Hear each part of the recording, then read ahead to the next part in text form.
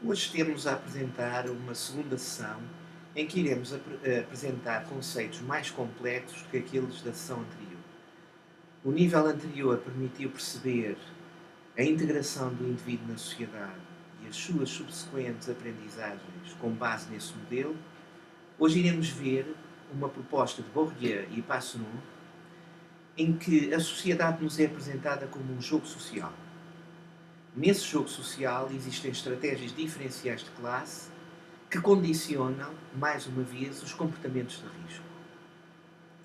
O modelo que iremos ver, como já foi referido, é de Bourdieu, de várias obras dos anos 80, 87, 92 e trabalhos mais atuais. E, basicamente, este modelo de Pierre Bourdieu e Jean-Claude Passeron integra-se na chamada teoria estrutural determinista. Na teoria estrutural determinista, essencialmente a sociedade é vista como um conjunto de estruturas que condicionam a ação social do agente. Numa perspectiva mais atual, este modelo de Bourdieu e Passeron é interpretado por Anthony Giddens, 2007, através de três estruturas fundamentais: a estrutura de legitimação, a estrutura de dominação e a estrutura de significação.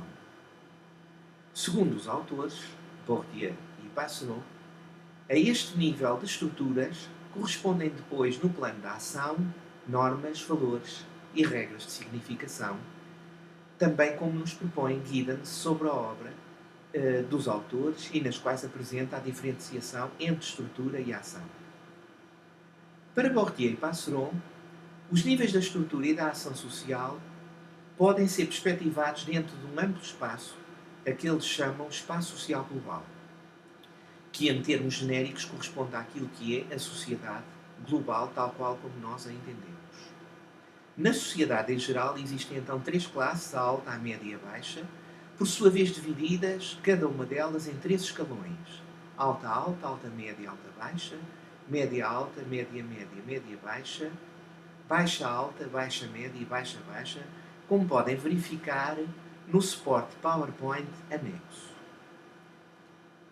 A existência de relações diferenciais dentro do espaço social resulta fundamentalmente do facto de, dentro de cada um dos escalões de classe, existirem combinações únicas de capitais.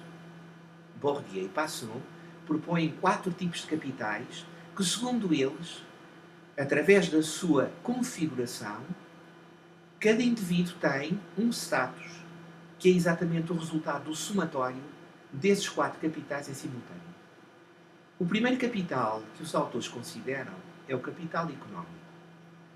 Para eles, o capital económico é o mais importante na sociedade porque é através do capital económico que se conseguem aquisições, entre aspas, de outras formas de capital.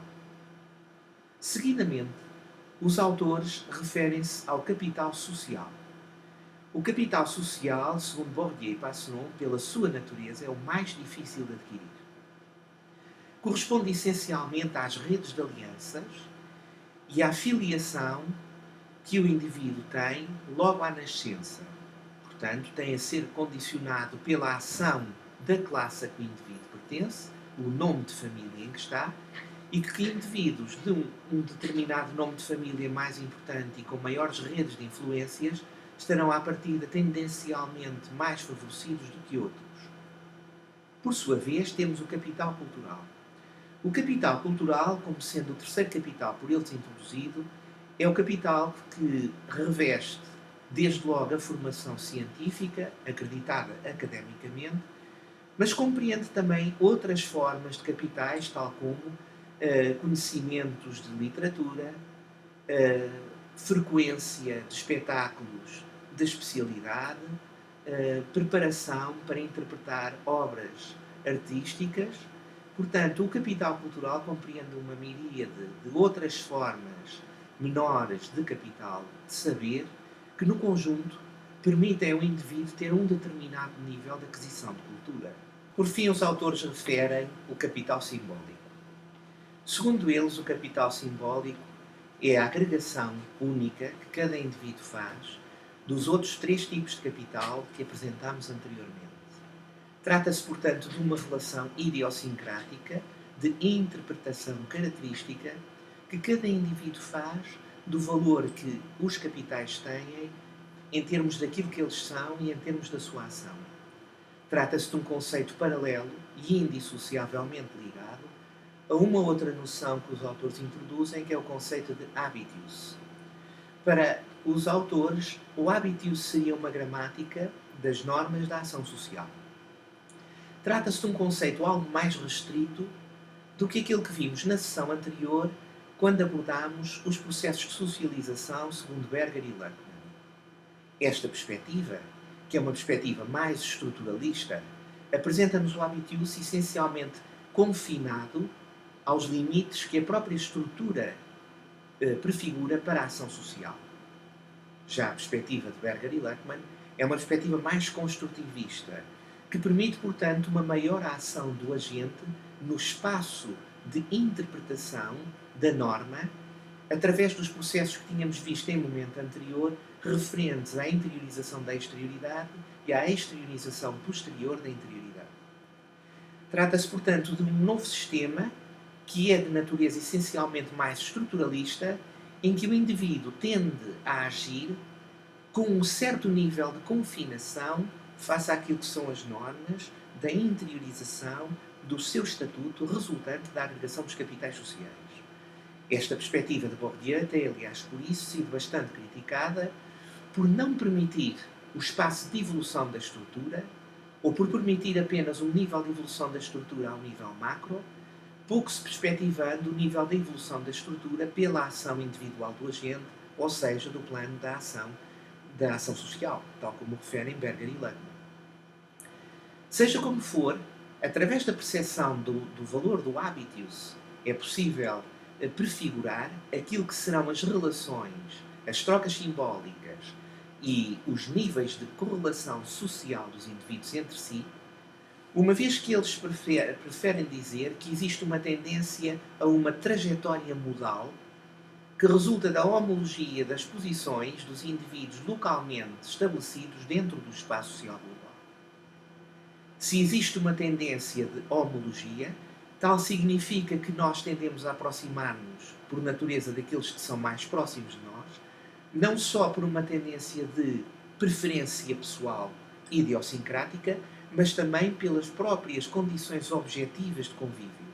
É mais natural na sociedade os indivíduos da classe alta conviverem entre si, os da média e os da baixa.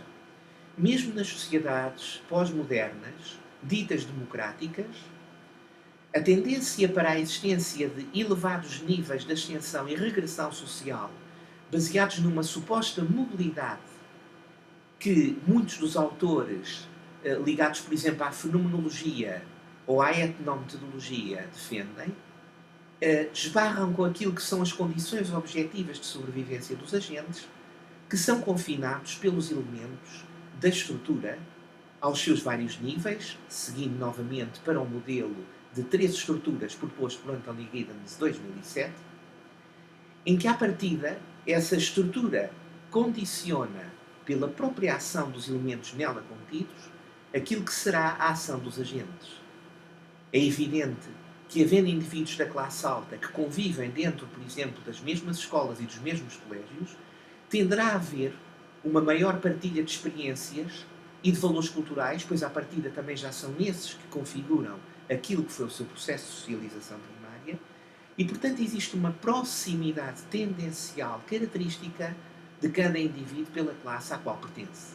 A noção de habitus funciona aqui como uma orquestra sem maestro, usando a própria expressão de Bourdieu e Passeron.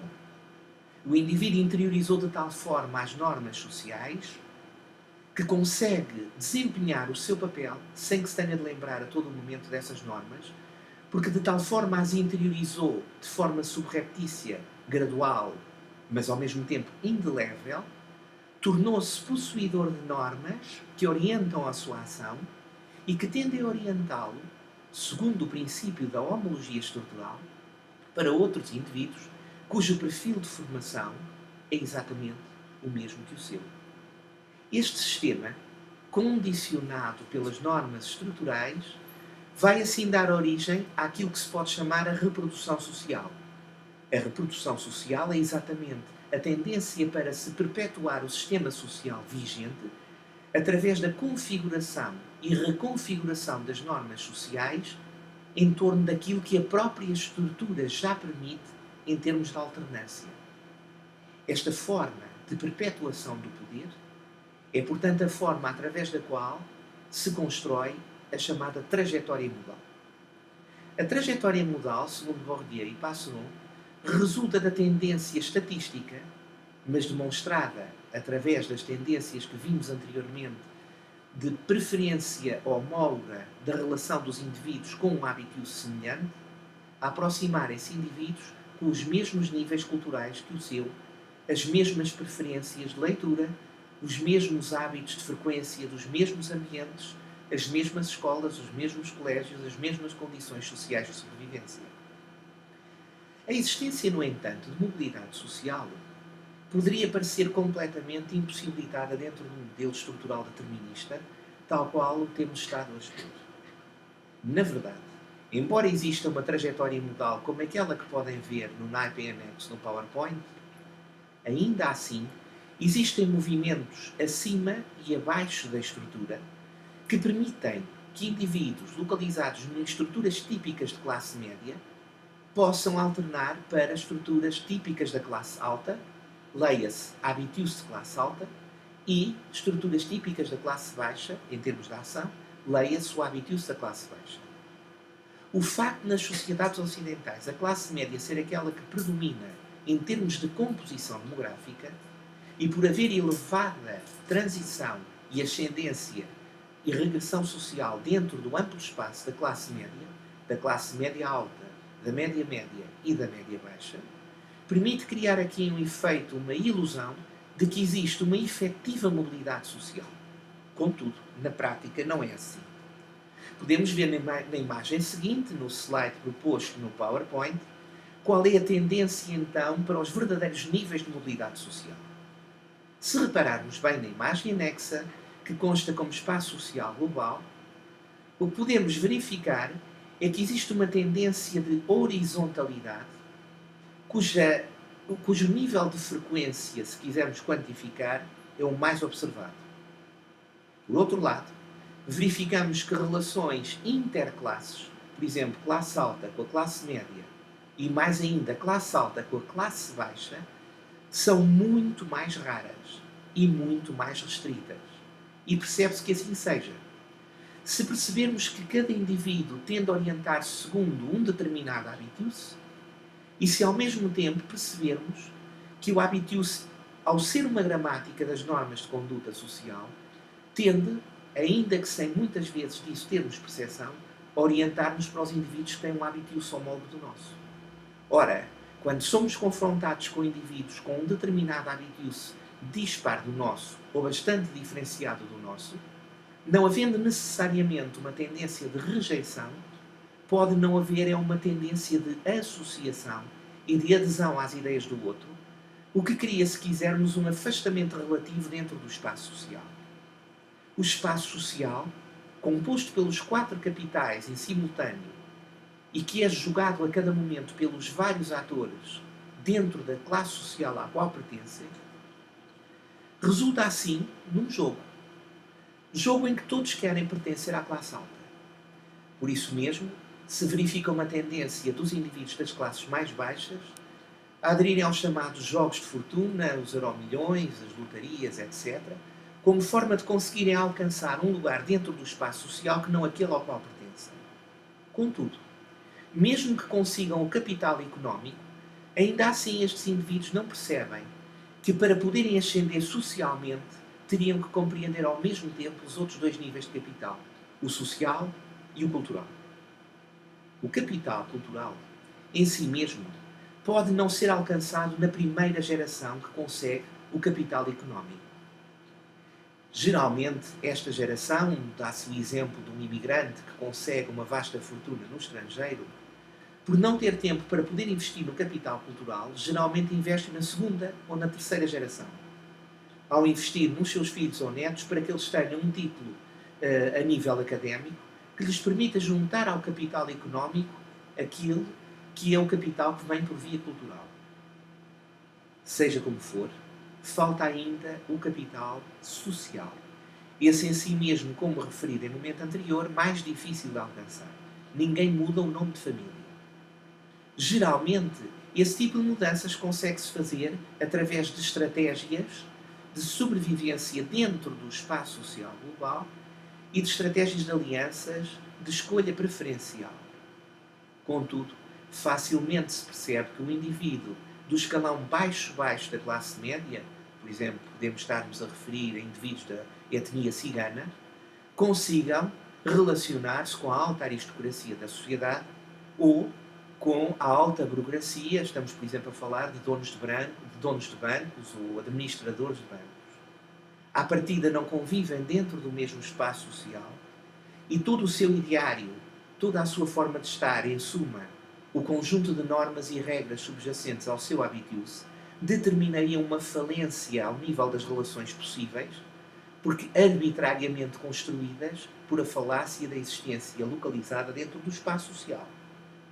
Assim, se percebe que um indivíduo, mesmo pertencente à classe baixa, que queira conviver com outro da classe alta, podendo fazê-lo porque biologicamente é possível, terá que enfrentar posteriormente todo um conjunto de mecanismos sociais íncitos ao habitus, que permitem criar, através de mecanismos subreptícios e progressivos, uma desistência e uma falência gradual desse tipo de convívios, desse tipo de formas de convivialidade. Sendo possível estatisticamente, sendo possível socialmente, ela falha ao nível da conjugação social, do habitus e da homologia que a ele está associada. Imaginemos, só para exemplificar de forma breve, o casamento de uma pessoa da alta nobreza com outra da etnia cigana. Para além de imperativos que têm a ver com as culturas próprias das etnias minoritárias, existiria ainda um gap social fortíssimo que diferenciaria os indivíduos, impossibilitando não tanto pela questão da convivialidade biológica, mas mais pela questão dos normativos homólogos dentro do espaço social, uma possibilidade de configuração de uma relação social deste tipo. Sendo possível estatisticamente, mas no limiar dos 0,5% aos 10% máximos possíveis dentro da sociedade. Por isso mesmo, as relações descritas dentro do PowerPoint que está anexo permitem perceber que a existência de mobilidade social processa-se dentro dos escalões de classe, aí sim com alguma intensidade, dentro da classe alta entre a alta-alta, alta-média e alta-baixa, dentro da classe média ao nível da média-alta, média-média e média-baixa, e ao nível da baixa-alta, baixa-média e baixa-baixa. E que qualquer relação interclasses, e ainda nas sociedades pós-modernas, ditas democráticas, bastante menos verificada. Esta análise, que pode parecer uma análise essencialmente fatalista daquilo que é as questões de igualdade dentro das sociedades democráticas, é na verdade essencialmente uma visão realista da força que os elementos da estrutura têm em termos daquilo que é a ação social concreta dos agentes. Um dos alunos de Pierre Bourdieu e Jean-Claude Passeron, Alain Accardo, permite-nos apresentar um modelo que também está anexo em PowerPoint, onde se vê esse mesmo espaço social dividido agora em 4 zonas fracionadas A, B, C, D por um tracejado vermelho. Esta proposta meramente esquemática aparece-nos a tracejado porque não implica separações fronteiriças obrigatórias. São tão somente tendências. Ainda assim, são tendências com validade estatística e por isso merecem alguma reflexão. Alain Accardo, analisando a obra de Bourdieu e Passeron, propõe então 4 áreas de divisão dentro do espaço social global que temos estado a apreciar. A primeira área corresponde à classe baixa nos seus escalões baixa-média e baixa-baixa. Este primeiro escalão, ou melhor, este primeiro conjunto de escalões de classe baixa, corresponde à população muito pouco escolarizada ou analfabeta. que geralmente ou ocupa profissões de nível baixo dentro da sociedade, ou pura e simplesmente não exerce qualquer atividade profissional, vivendo fundamentalmente de expedientes. São grupos da sociedade que geralmente vivem em condições de miséria, quer a nível da formação de valores, quer a nível da constituição de regras de formação dos jovens, o chamado processo de socialização primária que vimos antes, quer a nível de todo o conjunto de normas que são necessárias para a convivência dentro do espaço social. Em termos de sobrevivência dentro do amplo espaço social global, são grupos que vivem essencialmente os chamados expedientes: tráfico de droga, prostituição e outras formas de sobrevivência que são contrárias àquilo que são as normas globais do espaço social global, mas que são os ditames de sobrevivência necessários para aqueles que, dentro da tipologia de Maslow, não conseguiram, em muitos casos, satisfazer ainda as chamadas necessidades primárias. Como é evidente, indivíduos que ainda não atingiram as necessidades primárias da pirâmide de Maslow não podem depois ser chamados a ter outros níveis de satisfação, como realização pessoal, etc. Um exemplo fácil. Um indivíduo que esteja a pedir esmola numa rua não quer que lhe entreguem um casaco de vison para se tapar. Pede somente que lhe deem de comer e que o vistam de uma forma qualquer que lhe tire o frio. Esta situação, por demais evidente em bairros de periferia e semi-periferia urbana, e que cresce cada vez mais nos chamados espaços periurbanos das grandes metrópoles europeias e norte-americanas, é uma realidade que tem dado origem ao chamado Skid Row. São fenómenos de degeneração social que estão diretamente relacionados com os comportamentos e trajetórias de risco. Estas classes sociais, neste escalão baixo-baixo e macho-médio da classe baixa, exatamente para poderem sobreviver dentro desse espaço, vivem dentro do chamado espaço borderline ou contracultural, onde aquilo que é a norma social é a contranorma dentro deste espaço. Aquilo que é veiculado às crianças no processo de socialização primária não são os valores de classe média, muito menos os da classe alta.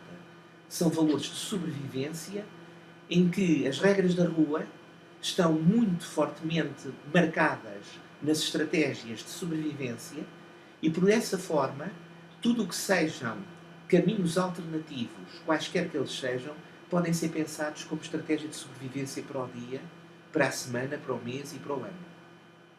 São famílias que em Portugal vivem fundamentalmente ligadas à subsídio-dependência, numa perspectiva assistencialista e não de empowerment, em que grande parte dos modelos baseados no rendimento social de inserção pretendem somente dar a estas pessoas dinheiro sem perceber, na totalidade, se esse dinheiro serve realmente para uma eficaz inserção social ou se é somente utilizado para a manutenção de um estado de subsídio-dependência que não permita ao indivíduo ultrapassar a situação social em que se encontra.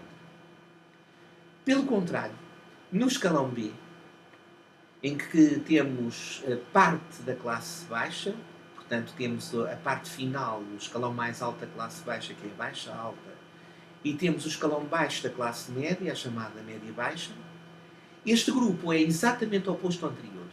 Não obstante estarem próximos dentro do espaço social global, essa proximidade é, na verdade, falaciosa segundo Alain Cardieu. Ainda em termos de análise das tendências estatísticas das trajetórias destes grupos, a sua trajetória modal, neste caso, é oposta à anterior. Não é a questão da subsídio-dependência que está aqui em causa, é, pelo contrário, a existência de profissões pouco remuneradas, com uma carga horária muito elevada, que resulta de serem indivíduos que ocupam profissões pouco qualificadas, por também eles serem possuidores de níveis de instrução baixos ou muito baixos. Ao contrário dos escalões anteriores, em que, por exemplo, a escola não é um objetivo, apenas se pretende matricular as crianças na escola para obter um subsídio, o RSI, aqui neste caso o que se pretende é exatamente matricular as crianças na escola por se perceber que através da frequência de um nível qualquer de escolarização, as crianças poderão alcançar um nível superior àquele que os pais alcançaram objetivamente, e muitas vezes incutem nas crianças, através do respectivo habitus, a importância de conseguirem chegar mais alto em termos de estudos para poderem chegar a lugares profissionais que os pais gostariam de ter alcançado, mas que não puderam, fruto das condições de sobrevivência que isso determinou.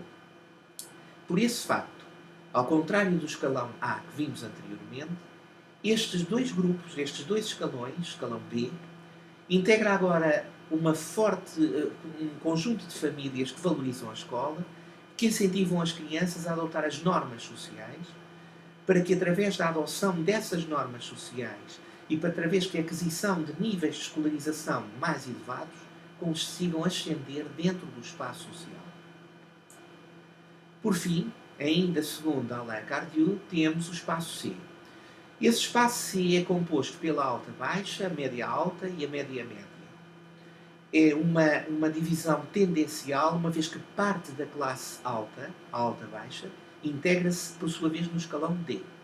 Portanto, ele aqui coloca esta faixa de transição, porque em termos daquilo que são as tendências modais estatísticas, existe uma decomposição destas duas áreas, C e D, numa área mista, com alguma ambiguidade a nível de trocas. Estamos já ao nível daquilo que na escola é considerado o cliente ideal, que são crianças cujos pais têm um nível de escolarização médio ou alto, professores, engenheiros, etc. E, portanto, para estas crianças, por exemplo, existe uma homologia estrutural entre o que são os valores da socialização primária que receberam no contexto familiar e aquilo que são os valores da socialização secundária veiculados no contexto escolar. Em termos de comportamentos e trajetórias de risco, estas crianças estão expostas não tanto a desequilíbrios provenientes da sua socialização primária, mas mais às contradições que resultam da convivialidade que eles encontram dentro da escola com crianças que vêm, por exemplo, dos escalões baixos da classe baixa. O último grupo considerado por Alain Cardieu corresponde à classe alta-alta e alta-média, nos seus escalões alto-alto e alto-médio. Este último grupo corresponde às pessoas que dominam dentro da sociedade, com elevados níveis de escolarização, na sua maioria, e ao mesmo tempo ocupando as profissões cimeiras dentro da sociedade. A classe alta corresponde, em termos de estratégia modal, à defesa dos seus interesses, à perpetuação de uma determinada forma de vida e tem mecanismos próprios de exclusão de tudo o que seja considerado arrivismo social daqueles que, procurando ascender à classe alta, não são, na verdade, desta classe. A classe alta isola-se, por isso, através da frequência dos melhores colégios, através de estratégias de seletividade nos convívios, para se conseguir perpetuar, através da reprodução que este modelo defende, perpetuar as relações de poder e aquilo que são os elementos de base que estão dentro deste habitus, que permitem, pela sua homologia, manter fora outros indivíduos dos escalões C, B e A anteriormente referenciados. Nesta sessão, terminamos assim, então, a apresentar uma visão algo mais complexa das relações dentro do espaço social global, proposta dentro do modelo estrutural determinista. Muito obrigado.